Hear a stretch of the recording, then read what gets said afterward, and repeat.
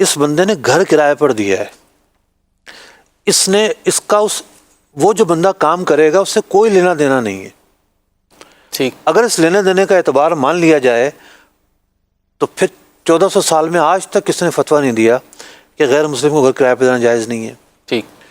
بات یہ ہے کہ جو انسٹرومنٹ ہے یہ پرائز بانڈ، یہ ایک گڈس کی حیثیت رکھتا ہے، کوئی رسید نہیں ہے. یہ جس طرح اسٹامپ پیپر ہے، ہم ایز اے انسٹرومنٹ اس کو خریدتے ہیں، مال ہے وہ، ڈاک کا ٹکٹ ہے. اسٹامپ پیپر گورنمنٹ کیوں جاری کرتی ہے؟ اس کو پیسہ چاہیے. ایک ہی A4 پیپر کا جو کاغذ ہے وہی کاغذ 100 روپے کا، وہی 500 کا، وہی 1000 کا. ڈاک کا آج کل رواج کم ہو گیا، ورنہ تو پہلے تو جب تھا تو جی چائنا بھیجنا ہے تو اتنے کے ٹکٹ لگانے پڑیں گے، امریکہ بھیجنا تو اتنے کے لگانے پڑیں گے. آج بھی بعض اوقات ہوتا ہے کہ جی وہ جلدی والا ہے تو اتنے کے ٹکٹ لگیں گے.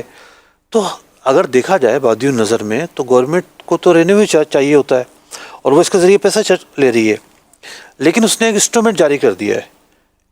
ٹکٹ ایک مال ہے، ایک اس کی قیمت ہے، ہم وہ خرید رہے ہیں. اب یہ پیسہ گورنمنٹ کہاں یوز کرے گی؟ کسٹمر کا اس سے براہ راست تعلق نہیں ہے، براہ راست انوالومنٹ نہیں ہے. اگر وہ سود میں خرچ کرتی ہے تو مجرم ہے. بھئی کیا گورنمنٹ جو ہے وہ فوج کو تنخواہ نہیں دیتی؟ کیا گورنمنٹ سڑکیں نہیں بناتی؟ کیا گورنمنٹ جو سرکاری ملازمین ان کو سیلری نہیں دیتی؟ تو یہ کہاں لکھا ہوا ہے کہ جو گورنمنٹ کے خزانے میں پیسہ جائے گا وہ سود پہ لگے گا؟ گورنمنٹ کے خزانے میں پیسہ جانے کے بعد وہ بالکل کہیں بھی لگ سکتا ہے. اب میں وزارت مذہبی امور میں گیا، وہاں ایک بات ہو رہی تھی کچھ کہ بھئی فنڈ آج کل کم ہیں اور بہت سارے پروجیکٹس کرنے ہیں. تو میں نے 2-3 تجاویز دی ان کو کہ بھئی آپ یوں کر لیں، یوں کر لیں، یوں کر لیں. کہ لیں صاحب ایسا نہیں ہو سکتا، یہ گورنمنٹ کا ادارہ ہے.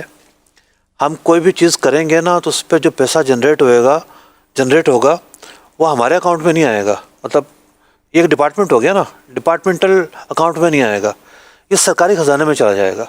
پھر ہمیں واپس لینے کے لیے پاپڑ بیلنے پڑیں گے. تو گورنمنٹ کا جو پیسہ آتا ہے ایسا نہیں ہے ڈپارٹمنٹل جو نا وہ کوئی کھانچے بنے ہوئے ہیں، کھانے بنے ہوئے ہیں، یہ اس میں رکھا جائے گا، اس میں رکھا جائے گا، اس میں رکھا جائے گا. مکس ہوگا نا وہ، اور مکس ہو کے وہ کہاں جاتا ہے متعین بھی نہیں ہو رہا. یہ ایک جذباتی بات ضرور ہے کہ جناب وہ گورنمنٹ سود پہ لگائے گی، تو لیکن اس کو ڈیپ پہ دیکھنا ضروری ہے. تو یہاں ایک غلط فہمی ہے، بعض لوگ اس کو رسید سمجھتے ہیں پرائز بانڈ کو. پھر رسید کیسے ہی ہے؟ اگر یہ رسید ہے تو پھر اسٹامپ پیپر بھی رسید ہے، یہ رسید ہے پھر ڈاک کا ٹکٹ بھی رسید ہے. اگر ان دونوں کو نہیں مانتے تو پرائز بانڈ کو رسید کیوں مانتے ہیں؟ ہاں جو اب پرائز بانڈ آیا ہے یہ رسید ہے، پریمیم کیوں رسید ہے؟ اگر یہ گم ہو جائے تو کوئی ایشو نہیں ہے، اس کی مالیت برقرار رہے گی. یہ گم ہو جاتا ہے تو اس کی مالیت برقرار رہے گی، اکاؤنٹ موجود ہے اس کا. لیکن یہ جو سادہ پرائز بانڈ ہے یہ اگر گم ہو جائے تو گیا کام سے، کیونکہ وہ خود ایک انسٹرومنٹ اور گڈس کے حکم میں ہے. ٹھیک ہے. یہ اس کے نتائج ہیں. یعنی فقہا جب بات کرتے ہیں وہ حیثیت پر، معاونت، پس منظر، کتنا وسیع پس منظر میں نے آپ کے سامنے بیان کیا. تو یہ فقہا کی تعلیمات ہیں کہ کسی کو چیز کو حلال و حرام کہنا اتنا آسان نہیں ہے. اچھا مفتی صاحب، اسی سے اگر تھوڑا سا میں آگے بات بڑھاتا ہوں، یہ تو پرائز بانڈ کی بات ہو گئی.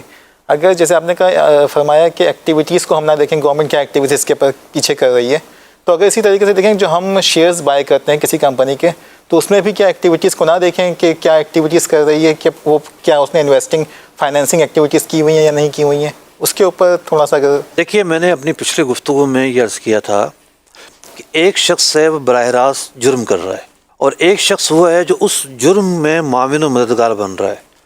جیسے کسی نے کسی کو گولی مار دی، پسٹل اس کو کسی اور نے پکڑائی، یہ لو بھی مارو، یا بتایا وہ بیٹھا ہوا بندہ، ٹھیک ہے، یہ براہ راست معاونت ہے.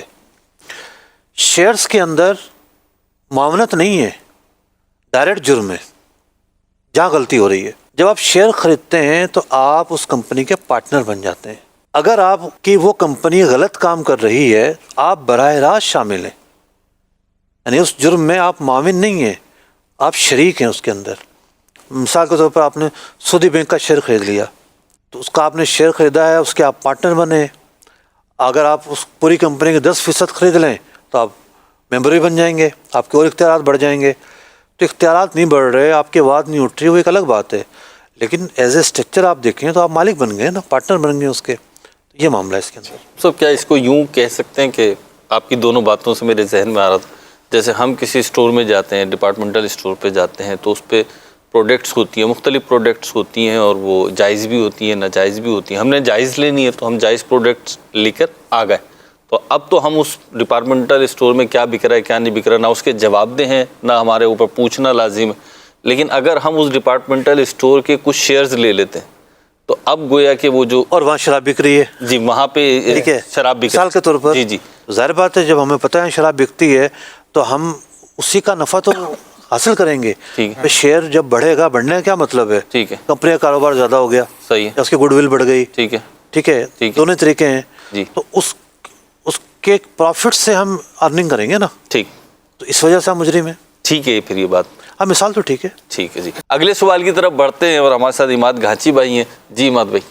سر ایک بزنس مین جو ہے وہ کس طرح مطلب انشور کر سکتا ہے اس کے اپنے کاروباری امور میں کہ کوئی حرام کام نہ آئے، کوئی سود نہ آئے، کوئی ایسا اللیجیٹمیٹ کام نہ آئے جس کو شریعت مطلب کہ منع کرتی ہو. تو ایک بزنس مین مطلب ایسے کیا کام کرے، ایسے مطلب کن چیزوں پہ توجہ رکھیں کہ وہ ان چیزوں سے بچ سکیں؟ اگر وہ بچ گیا ان چیزوں سے وہ تو ولی اللہ بن جائے گا.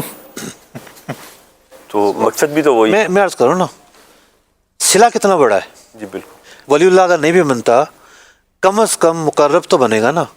اور یہی وجہ ہے کہ حدیث پاک میں بشارت دی ہوئی ہے کہ سچا تاجر جو ہے اس کا حشر انبیاء کے ساتھ ہوگا. سبحان اللہ.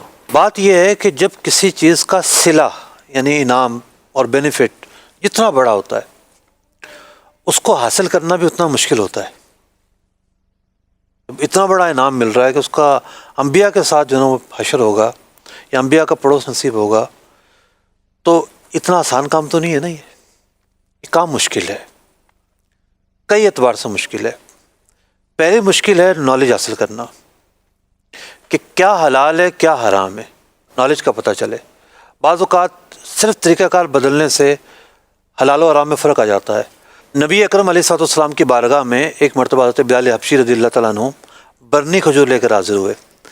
برنی کھجور جو ہے نا وہ بڑی سستی ہوتی ہے. مدینہ منورہ میں جو کھجوریں ملتی ہیں اس میں سے ملنے والی سستی ترین کھجور ہوتی ہے اور 5-6 ریال کلو کی مل جاتی ہے. سوکھی سی ہوتی ہے بالکل. لوگ چھلکا اس کا کھجور پہ جو ہے نا چھلکا الگ سے ہو رہا ہوتا ہے، مطلب چھلی چھلی سے نظر آ رہی ہوتی ہے تھوڑی تھوڑی. تو برنی کھجور لے کر حاضر ہوئے تو آپ نے پوچھا کہاں سے لائے؟ تو انہوں نے عرض کی یا رسول اللہ صلی اللہ علیہ وسلم، میرے پاس کچھ جو ہے نا وہ کم کوالٹی کی یہ کھجوریں تھیں، 2 سا تھیں وہ، تو میں نے وہ دی سامنے والے کو اور 1 سا کھجور اس سے لے لی اچھی کوالٹی کی. تو نبی اکرم علیہ الصلوۃ والسلام نے ارشاد فرمایا ہے تو کھلا سود ہے، کیونکہ جنس کے بدلے جنس کا تبادلہ کیا گیا. جی. اور مطلب دونوں طرف کھجور ہے. ایک برتن کا نام ہے سا، تو 1 سا جو ہے نا کھجور لے کے 2 سا کھجور دے دی گئی. تو چیز تو ایک ہی ہے نا، چیز میں تو فرق نہیں آیا. اس کے ٹھیک ہے ایک اعلیٰ کوالٹی کی ہے، کم کوالٹی کی ہے، لیکن جنس ایک ہی ہے. تو آپ علیہ السلام نے اس کو سود قرار دیا. پھر آپ علیہ السلام نے ارشاد فرمایا یوں کیوں نہیں کیا کہ پہلے والی کھجوریں بیچتے، یعنی جو ان کے پاس تھی، اور اس کے پاس جو کھجوریں تھیں وہ خرید لیتے. کھجوریں تو دوبارہ آ رہی ہیں، ٹھیک ہے. مطلب جو حضرت بلال حبشی رضی اللہ عنہ کے پاس کھجوریں تھیں وہ سامنے والے کے پاس گئیں، صحیح. جو اس کے کھجوریں تھیں وہ ان کے پاس آئیں. صحیح. دونوں طریقوں میں کام ایک ہی ہوا، مقصد حاصل ہو رہا ہے. مقصد ایک ہی ہے، نتائج ایک ہی ہیں، لیکن طریقہ کار بدل گیا. کہ بھئی پہلے انہوں نے کھجور مثال کے طور پر 5 درہم کے بدلے بیچ دی، اور اس کی جو کھجور ہے وہ 5 درہم کے بدلے خرید لی. 2 الگ الگ سودے ہوئے. ایک طرف درہم ہے، درہم چاندی کا ہوتا ہے، دوسری طرف کھجور ہے. تو یوں طریقہ کار بدلنے سے ایک معاملہ جائز ہو گیا. تو جو پہلا اسٹیپ ہے ایک تاجر کے لیے وہ ہے نالج، کہ حلال و حرام کے متعلق کاروبار و تجارت میں شریعت کیا کہتی ہے. علماء نے بیان کیا کہ جناب شریعت کا نالج تو بڑا وسیع ہے. مطلب قرآن پڑھنے بیٹھے ہیں تو پوری زندگی آپ کی صرف ہو جائے. قرآن میں اتنی گہرائی، اتنی تفصیل، اتنی معرفت، اتنے علم کے خزانے موجود ہیں. حدیث سے ایک الگ دنیا ہے. مسند امام احمد بن حنبل جی. 30,000 سے زیادہ حدیثیں ہیں. اللہ اکبر. 30,000 سے زیادہ اس ایک کتاب میں حدیثیں ہیں. اب ایک حدیث میں کتنے مشکل الفاظ آئے ہوں گے، ہر ایک کا پس منظر الگ. پھر راویوں کی بات کی جائے تو پوری ایک الگ دنیا. ٹھیک ہے. پوری زندگی بغیر سوئے کھائے پیے بھی اگر کوئی لگا رہے نا جی. تو زندگی پوری ہو جائے, اس کتاب کی خدمت پوری نہ ہو. اللہ اکبر. لیکن شریعت ایک میں کتاب کی بات ایک کتاب کی بات کر رہے ہیں. شریعت میں آسانی کتنی ہے کہ آپ شریعت نے ڈیوائڈ کر دیا علم کو کہ بھئی ایک علم وہ ہے جو علم کفایت ہے علماء کے لیے, کہ وہ اتنا علم سیکھیں کہ لوگوں کی ضرورتوں کو پورا کریں. بھئی مجھے اگر مطلب تفسیر آتی ہے, حدیث آتی ہے یا فقہ آتا ہے, تو یہ مختلف جو میں نے علم سیکھے ہیں یہ اس لیے سیکھے ہیں کہ میں لوگوں کو مسائل اخذ کر کے جو بھی ایک طریقہ کار ہے لوگوں کو بتاؤں. عام آدمی کے لیے شریعت نے یہ بیان نہیں کیا. اتنا علم حاصل. عام آدمی کا علم ہے علم ضرورت. ٹھیک. عالم کا علم ہوتا ہے علم کفایت, صحیح. وہ دوسروں کو کافی ہونے کے لیے زیادہ علم سیکھتا ہے. صحیح. عام آدمی کا علم ہے علم ضرورت, کہ بھئی آپ کسان ہیں تو کسان کے حلال و حرام سیکھیں. آپ نوکری پیشہ ہیں تو نوکری پیشہ کے متعلق جو حلال و حرام وہ آپ کو پتہ ہونا چاہیے. ٹھیک ہے. آپ تاجر ہیں تو تاجر کے حوالے سے جو حلال و حرام ہے وہ آپ کو پتہ ہونا چاہیے. تو پہلی جو اسٹیپ ہے, پہلا اسٹیپ یا پہلے جو سیڑھی ہے وہ یہ ہے کہ نالج ہو اپنی فیلڈ کے مطابق. اپنی فیلڈ, صرف اپنی فیلڈ کے متعلق. ٹھیک ہے. ہزاروں فیلڈز ہیں لیکن اپنی فیلڈ کی ہو بس. اب دوسرا جو اسٹیپ ہے وہ ہے اس پر عمل کرنا. سود حرام ہے سب کو پتہ ہے, پھر بھی جو ہے نا وہ سودی معاملات میں انوالومنٹ ہے, سودی اکاؤنٹ کھلے ہوئے ہیں, سودی پروڈکٹس کے اندر انوالومنٹ ہے, لین دین ہے, ہو رہا ہے. سمجھانے جائیں تو الٹا سمجھانا شروع کر دیتے ہیں. ٹھیک ہے, سود سے بچ کر سکتے ہیں, سود سے یہ کیسے ہو سکتے ہیں. تو جو اگلا اسٹیپ ہے وہ پہلے اسٹیپ سے زیادہ مشکل ہے. پہلا اسٹیپ تو بہت آسان ہے, مطلب تھوڑی سی سستی دور کرنی پڑتی ہے بس. ٹھیک ہے, آپ بھی ہمارے کورس میں شریک ہوئے تھے جی عماد بھائی, تو مطلب آنا آسان تو نہیں ہے نا سیکھنے کے لیے. بارشیں بھی آ جاتی ہیں, سردی بھی آ جاتی ہے, آنا جانا مشقتیں ہیں. یہ پھر بھی کم مشکل ہے, لیکن جو اگلا مرحلہ ہے نا وہ زیادہ مشکل ہے. تو جب انعام اور صلہ اتنا اعلیٰ ہے تو اسی لیے جو پریکٹیکل لائف ہے مشکل ہے. مسلمان ایک پریکٹیکل لائف پہ یقین رکھتا ہے. مسلمان جو ہے ایک پریکٹسنگ مسلم ہے, وہ عمل کرتا ہے, حلال پر عمل کرتا ہے, حرام سے بچتا ہے. تو ان دو چیزوں کو پورا کر کے ہی وہ وہاں تک پہنچ سکتا ہے جو سوال آپ نے کیا تھا. اچھا, اب دوسری بات یہ کہ ایک مسلمان پریکٹسنگ مسلم ہے, لیکن ظاہر سی بات ہے وہ اس دنیا میں رہتا ہے تو اس کو اپنے آپ کو گروتھ بھی کرنا ہے, سروائیو بھی کرنا ہے. اچھا, اب یہ مفتی صاحب نے کہا کہ ایک مسلمان مطلب کہ وہ اپنے مطلب علم حاصل کرے اور مطلب کہ اس کے بعد اس علم پہ عمل کریں. تو اب ایک پریکٹسنگ مسلم ہے آج کی سوسائٹی کا, تو وہ بزنس کرتا ہے تو اس کو پھر گروتھ بھی کرنی ہے اور مطلب اس سوسائٹی میں سروائیو بھی کرنا. تو اب اس کو فائنینسنگ کے لیے اب جو ہمارے پاس اویلیبل آپشن ہوتے ہیں, جو ہماری ٹریڈیشنل بینکنگ ہے, تو اس میں مطلب سودی معاملات ہوتے ہیں. اور پھر بہت سارے معاملات ایسے ہوتے ہیں کہ جناب عالی بعض اوقات ایسی سچویشن آ جاتی ہے کہ ہم نے یہ حرام کام نہ کیا تو ہم سروائیو نہ کر پائیں گے. تو اس طرح کے اب ایسے کو مطلب کہ ہمارے پاس ایک پھر دوسرا ہے کہ انٹرسٹ فری بینکنگ بھی اب پاکستان میں اویلیبل ہے. تو اس ایسے کون سے موڈ ہیں, ایسے کون سے مطلب کے معاملات ہیں کہ ہم حلال حرام سے بچتے ہوئے حلال طریقوں پر فائنینسنگ حاصل کر سکیں بزنس کی اپنی ڈیولپمنٹ کے لیے, آگے جانے کے لیے؟ دیکھیے معاملہ یہ ہے کہ دو اسٹیپ میں نے بیان کیے نا. آپ کے سوال کا تعلق ہے دوسرے اسٹیپ سے. میں اتنے کئی لوگوں کو جانتا ہوں جنہوں نے کبھی سودی بینک سے کوئی کام نہیں کیا, کوئی انویسٹمنٹ نہیں اٹھائی, وہ بلینئر ہیں, ارب پتی ہیں. کہتے ہیں بھائی ہمارا تو سودی بینک سے کوئی کام ہی نہیں ہے. پہلی بات یہ ہے کہ یہ کیسے مجبوری بنا لیا کہ جی سودی بینک سے میں انویسٹ لوں گا جب ہی کام کروں گا. کیا سارے لوگ قرضہ لے کے کام کرتے ہیں؟ جتنا ہوتا ہے اتنا کام کرتے ہیں. ایک ہمارے یہاں ہوتا ہے کہ پھیلاؤ, میں نے 2 فیکٹریاں لگانی ہیں ایک کی جگہ. بھئی ایک سے اللہ تعالیٰ نے دیا ہے, برکت مل رہی ہے, آپ حرام کام کر کے دوسری فیکٹری کیوں لگا رہے ہیں؟ کوئی ضرورت نہیں ہے. تو دوسرے اسٹیپ کی جو کمزوری ہے نا وہ واقع ہوتی ہے. یہ تو پتہ ہے کہ سود حرام ہے, لیکن وہ پھر بچ نہیں پا رہے ہوتے. وہ بس ایک ہوتا ہے کہ مجھے آگے بڑھنا ہے, کچھ بھی ہو حلال ہو یا حرام آگے بڑھنا ہے. تو یہ مائنڈ سیٹ ہے, اور اس مائنڈ سیٹ کو تبدیل کرنے کے لیے ہم یہاں بیٹھے ہیں. علماء کا کام سمجھانا ہے, اللہ اور اس کے رسول کے احکام بیان کرنا ہے. تو یہاں مائنڈ سیٹ چینج کرنا پڑے گا, اور اس مائنڈ سیٹ کے چینج کرنے کے لیے پتہ تو ہے چینج کیسے ہوگا. قرآن کی تلاوت کرنی پڑے گی, ٹھیک ہے, علماء کی محافل میں شرکت کرنی پڑے گی، دعوت اسلامی کے ہفتہ وار اجتماع کے اندر کچھ ہو یا نہ ہو آ کے ایک روحانیت محسوس ہوتی ہے، الحمدللہ، ایک دل کے اندر ایک ندامتیں آتی ہیں کہ بھئی میں اتنا گناہ گار آدمی ہوں، میں یوں ہوں. تو بعض اوقات ہم اللہ کی طرف، آخرت کی طرف متوجہ نہیں ہو رہے ہوتے، اس کی وجہ سے جو ہے نا وہ پرابلم کھڑی ہو رہی ہوتی ہیں. جہاں تک آپ نے بات کی ہے کہ اور آپشنز بھی آتے ہیں، تو دیکھیں بات یہ ہے کہ آپ اسلامی بینک سے بھی اگر کام کرتے ہیں تو وہاں بھی یہ تو دیکھنا ضروری ہے نا کہ پروڈکٹ کیا ہے. بعض اوقات پروڈکٹ ٹھیک ہوگی لیکن آپریشنلی غلطیاں اس میں بھی ہو جاتی ہے کہ وہ اسلامی بینک کا مفتی کوئی تھوڑی ڈیل کر رہا ہوتا ہے، وہ تو آپریشن کے لوگ آپ سے ڈیل کریں گے آ کے. تو وہاں بھی نالج کی اہمیت آ جائے گی کہ بھئی آپ اگر اعتماد کر رہے ہیں تو آپ کو پتہ تو ہونا چاہیے کہ یہ پروڈکٹ ہے کیا، اس کے اسٹیپس جو ہیں مجھے وہ کیسے فالو کرنے ہیں.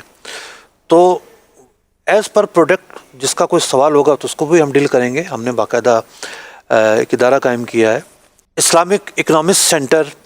یہ ادارہ آپ کو یہ سہولت دیتا ہے کہ آپ کوئی اگر اسلامی بینک سے پروڈکٹ کا لین دین کرنا چاہتے ہیں تو اس کے اسٹیپس کے لیے آپ سمجھیں، آپ کو نالج ہونا چاہیے کہ یہ جو پروڈکٹ ہے یہ ہے کیا، آپ کو کس طرح اس کو فالو کرنا پڑے گا، تو پھر آپ اس کے مطابق اس کو فالو کریں. اچھا، یہاں ابھی تک کی جو گفتگو ہوئی اس سوال کے جواب پر بھی اور پیچھے بھی جو گفتگو ہوئی، یہاں پہ میں 2-3 باتیں عرض کرنا چاہوں گا. میں نوٹ کر رہا تھا، گفتگو اتنی ہماری چل رہی تھی ایسی کہ میں نے بیچ میں انٹرپشن کرنا مناسب نہیں سمجھا. ایک تو پچھلے سوال کے جواب میں جیسے مفتی صاحب نے فرمایا تھا، تو ایک بات غور کریں کہ ایک مفتی، ایک عالم دین جب شرعی حکم بیان کر رہے تو جہاں پہ ناجائز ہے وہیں پہ ناجائز کا حکم دے رہے ہیں، اور جہاں سے پھر جائز ہے وہاں سے جائز کا کہہ رہے ہیں. تو بعض لوگوں کی وہ ایک سائیکی ہوتی ہے کہ جائیں گے تو پھنس جائیں گے. ایسا نہیں ہے، بلکہ انشاءاللہ جب آپ آئیں گے مفتیان کرام کی طرف، دارالفتہ اہل سنت کی طرف رجوع کریں گے، مستند علماء اہل سنت کی طرف رجوع کریں گے، تو انشاءاللہ اللہ اس کے رسول نے جن چیزوں کی اجازت دی ہے تو ان کی اجازت ملے گی، اور جن چیزوں سے اسے روکا ہے تو ظاہر سی بات ہے ان سے تو ہمیں رکنا ہی ہے، اور ہمیں پتہ چل جائے تو یہ تو بہت بڑی سعادت اور نعمت. اللہ پاک عمل کی توفیق عطا فرمائے. دوسرا جو مفتی صاحب نے پوائنٹ ابھی ریز کیا، یہ واقعی میں بڑا موٹیویشنل ہے کہ جتنا بڑا انعام ہوتا ہے پھر اتنی زیادہ جو ہے قربانیاں ہوتی ہیں. اور ہم اگر دیکھیں تو ہم اپنے بچوں کی تعلیم کو ہی لے کے کتنا سیریس ہوتے ہیں کہ نہیں بیٹا آپ نے صبح اسکول جانا ہے، آپ کے ایگزام آ رہے ہیں، تو کتنی ہم چیزیں چھڑوا دیتے ہیں. سردی گرمی ہوتی ہے اس میں بھی کام کروا رہے ہوتے ہیں. تو ہمیں بھی جنت پانی ہے، اللہ کی رضا پانی ہے، تو پھر یہ گناہ اور جرائم چھوڑنے ہوں گے. اللہ پاک توفیق عطا فرمائے. عمیر بھائی آپ کی طرف کافی دیر سے ماشاءاللہ آپ بڑی خاموشی کے ساتھ سن رہے ہیں، تھوڑے بہت سوالات آپ نے کیے ہیں. آپ اپنا سوال کیا ہے، کیا پوچھنا چاہیں گے آپ؟ میں سیلریڈ کلاس کے حوالے سے ان لوگوں کی ایک لمیٹڈ سیونگ ہوتی ہے تو ان کی ریکوائرمنٹ ہوتی ہے کچھ نہ کچھ ہم انویسٹمنٹ بھی کرتے رہیں. تو اسی سے متعلق ایک سوال یہ ہے کہ ایک سینیریو ہے کہ 2-3 انویسٹرز کے پاس کچھ سیونگز ہیں اور وہ چاہ رہے ہیں کہیں پہ لگا دیں. اب ایک اس طرح کا شخص ان کو ملا کہ میں آپ کا پیسہ انویسٹ کروں گا، ایک ہم فنڈ بنا لیتے ہیں، مثال کے طور پہ لاکھ کسی نے 2 لاکھ، کسی نے 3 لاکھ روپے ڈال کے ٹوٹل 10 لاکھ کا فنڈ بن گیا. اب اس میں سے ایک شخص جو انویسٹمنٹ کی مہارت رکھتا ہے، جو کہ جائز کاموں میں انویسٹ کرے، تو وہ اس میں انویسٹ کرنے کی اس کو اجازت دے دی، جہاں تم بہتر سمجھو انویسٹ کر دو، اور مہینے کے آخر میں جو بھی پروفٹ ہو وہ جس نے انویسٹمنٹ دی ہے اس کو بھی شیئر ملے، اور جس نے اس کو اپنی ایکسپرٹیز استعمال کر کے انویسٹ کیا ہے اس کو بھی شیئر ملے. حالانکہ اس کی انویسٹمنٹ نہیں ہے، جو کہ اس کو مینیج کر رہا ہے اور انویسٹ کر رہا ہے. سو اس کا پرسنٹیج جو عموماً لوگ ڈیسائیڈ کرتے ہیں کہ 25% جو انویسٹمنٹ کو مینیج کر رہا ہے وہ رکھے گا، باقی 75% انویسٹرز کو ان کی انویسٹمنٹس کے حساب سے بانٹ دیا جائے گا. تو سوال اس میں یہ ہے کہ اس طرح کا ارینجمنٹ کرنا کیا جائز ہے؟ اور مزید اس میں دوسرا سوال یہ ایڈ ہو جائے گا کہ کل کو کوئی 5واں بندہ بولے گا یار مجھے بھی اپنے ساتھ اس پول میں، اس فنڈ میں شامل کر لیا جائے، مجھے بھی کچھ ریٹرن مل جائے. تو اس کے لیے تھوڑی رہنمائی فرما دیں. دیکھیے there are 2 kind of investment. جب آپ انویسٹمنٹ کرنا چاہتے ہیں تو شریعت نے 2 اس کے طریقے بتائے ہیں ہمیں. ایک کا نام ہے شراکت. شراکت کے اندر دونوں کے پیسے ہوتے ہیں، یعنی یہاں ایک طرف سے 2 پارٹنر بن گئے نا، انویسٹر ایک طرف ہے اور ورکر جو ہے نا وہ ایک طرف ہے، تو لیکن ایک طرف کے پیسے ہیں. شراکت یہ ہوتی ہے کہ دونوں طرف کے پیسے ہوتے ہیں. اور دوسری ہوتی ہے اسے مداربت کہتے ہیں. مداربت کے اندر ایک کی محنت ہوتی ہے، ایک کا پیسہ ہوتا ہے. تو یہاں 3 افراد ہیں، ایک فریق ہے وہ، اور ایک طرف ایک فرد ہے، مطلب 2 افراد بھی ہو سکتے ہیں یہ، ٹھیک ہے. تو ان کی محنت ہے. اس فرق کرنے کا کوئی زیادہ بڑا نتیجہ نہیں نکلے گا، لیکن جزوی طور پر بہت ساری چیزوں میں فرق نکلے گا کہ بھئی اگر کل کو کوئی نقصان ہوتا ہے تو آپ کو کیا کرنا ہے. اس بارے میں شراکت کے اصول الگ ہیں، مداربت کے اصول الگ ہیں. کچھ اور چیزیں ایسی ہیں جس میں شراکت اور مداربت دونوں کے اصول الگ ہوتے ہیں. تو جو صورت آپ نے بیان کی ہے، بیسیکلی اس کو جب ہم اسٹرکچر وائز دیکھیں گے تو اس کا نام ہے مداربت. ٹھیک. تو یہ مداربت ایک جائز ڈیل ہے، اس میں کوئی حرج کی بات نہیں ہے. مرکز الاقتصاد اسلامی اسلامک اکنامکس سینٹر نے مداربت کے حوالے سے ایک بروشر بھی لانچ کیا ہے، اور دارالفتہ اہل سنت کی ویب سائٹ پر یہ بروشر موجود ہے. آپ دیکھ رہے ہیں ہمارے اس پر اسکرین پر آپ کو QR کوڈ نظر آ رہا ہے. اگر آپ اس کو اسکین کر لیتے ہیں، یہ بروشر آپ کے موبائل میں ڈاؤن لوڈ ہونا شروع ہو جائے گا. تو چلیے آپ ڈاؤن لوڈ کر سکتے ہیں، دیکھیے ذرا. جی، تو اس میں مداربت کے جو متعلق سوال جواب، مداربت کس طرح کیسے، تو ایک چھوٹا سا بروشر ہے. تو بیسک چیزیں بیان کی گئی ہیں. نبی اکرم علیہ الصلوۃ والسلام آپ نے ملک شام سفر فرمایا تجارت کے لیے. حضرت خدیجہ رضی اللہ تعالیٰ عنہ نے اپنا ایک غلام آپ کے ساتھ بھیجا تھا، اور اس کو خاص طور پہ ہدایت دی تھی کہ تم نے واچ کرنا ہے کس طرح کے ہیں، کیا ہیں، کیسے ہیں. اور اس سفر کے بعد ہی پھر نکاح کا پیغام آپ صلی اللہ علیہ وسلم کو بھیجا گیا. تو یہ کیا ڈیل تھی؟ مطلب دونوں طرف انویسٹمنٹ تھی یا ایک کے پیسے تھے اور ایک کی محنت تھی؟ علماء نے اس پر کلام کیا ہے، اور بہت سارے علماء کی رائے یہ ہے کہ یہ مداربت کی صورت تھی. حضرت خدیجہ الکبریٰ رضی اللہ تعالیٰ عنہ کے پیسے تھے، اور اس کو پھر دیا گیا نبی اکرم علیہ السلام کو، اور آپ علیہ السلام نے اس سے پھر تجارت فرمائی. تو مداربت کرنا جو ہے یوں حدیث پاک سے بھی ثابت ہے. تو مداربت کا طریقہ کار ہے. بنیادی سوال کا تو میں نے جواب دے دیا، لیکن جو آپ نے شروع میں ایک نقشہ کھینچا نا، وہ بڑا خطرناک نقشہ تھا. فیروز بھائی، جی، بڑا خطرناک نقشہ تھا وہ. کیسے ہوتے ہو؟ اصل میں آج کے دور میں نا کچھ شکاری اس طرح کے لوگوں پر نظر رکھے ہوتے ہیں. ٹھیک ہے، جو لاکھ 2 لاکھ 5 لاکھ 10 لاکھ کی انویسٹمنٹ کرنے کو ٹھیک ہے. تیار ہو بیچارے. اور خاص طور پر ایسی بوگس اسکیمیں لے کر آتے ہیں. جی کوئی پراپرٹی کے نام پر آ جائے گا، جی. ٹھیک ہے نا، پتہ چلا اس کے پاس پیچھے سارے کاغذات فیک ہیں. ٹھیک ہے، کوئی سوسائٹی رن ہی نہیں کرتی. صحیح. نام ضرور ہے اس کا، جی. لیکن وہ تو گوٹ آباد اسکیم ہے. ٹھیک ہے، ٹھیک ہے، جو شو کیا جا رہا ہے وہ ہے اور نہیں. پتہ چلا کہ وہ بھی 10 لوگوں کو جاری ہوئی ہے. جی جی. اچھا، پھر آج کل جو ہے نا ڈیجیٹل دنیا کے اندر ایسی اسکیمیں آ گئی ہیں، پیچھے جا کے 2-4 ملین نفع ملے گا، بعد میں بندہ شارٹ. ٹھیک ہے. ایک صاحب مجھے ملے، ریٹائر ہوئے تھے، قصہ سنانا شروع کر دیا انہوں نے. میرے رشتہ دار تھے، یوں ہوا، پتہ چلا کہ 5-7 لاکھ کا نقصان کر کے بیٹھے ہوئے. میں نے اس کی تفصیل سنی تو میں نے کہا یار بظاہر تو ایسا لگتا ہے کہ آپ کو پھنسایا گیا ہے. تو یوں ایسے کام کو ہمیشہ ذاتی جو تعلق ہے نا اس کے بنیاد پہ کرنا چاہیے. آپ کسی کو پرسنلی جانتے ہیں، اس کو عرصے سے جانتے ہیں، اس پر آپ کو 100% اعتماد ہے. کاروباری رسک ہوتا ہے، آپ ڈیل کر رہے ہیں، اس ڈیل میں کوئی ٹوٹ پھوٹ ہو گئی، مارکیٹ ڈاؤن ہو گئی، ٹھیک. نفع نہیں ہوا، رسک کا بنیادی فیکٹر تو رہے گا، وہ تو رہتا ہے، لیکن ٹھیک ہے. ایک جو فراڈ کا جو عنصر ہے نا، جی. یہ بڑی خطرناک چیز ہوتی ہے. ٹھیک. تو اس طرح کے لوگوں کو فراڈ کرنے والوں نے بڑا تاڑا ہوتا ہے. اور چونکہ یہ دنیا کے لوگ نہیں ہوتے، نوکری پیشہ لوگ ہوتے ہیں، کاروبار کا اندازہ نہیں ہوتا. اور ڈیجیٹل مارکیٹ میں تو وہ ایک جو ہے یوٹیوب پہ اشتہار چلتا ہے، جی میں جہاز میں بیٹھا ہوا ہوں اور یہ جو جہاز ہے یہ میں نے اپنی کمپنی کے نفع سے خریدا ہے. بعد میں کسی نے سمجھایا ہوگا کہ بھائی اتنی نہیں چھوڑو، کوئی یقین نہیں کرے گا. اب وہ کار پہ آ گئے. ٹھیک ہے، یہ کار ہے، اور یہ کار جو ہے نا میں نے کمپنی نفع سے خریدی ہے. SCCP نے اس ادارے کے خلاف جو ہے، پاکستان کا ادارہ بھی نہیں ہے، نوٹس جاری کیا ہوا ہے کہ بھائی اس میں یہ اسکیم ہے، یہ غیر قانونی ہے. اسکیم نہ کم از کم غیر قانونی ہے.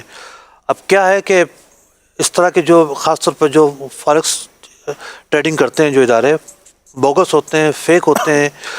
میرے پاس آپ کو یاد ہوگا ایک بندہ آیا تھا، اس نے آ کر کہا کہ مفتی صاحب میرے $20 لاکھ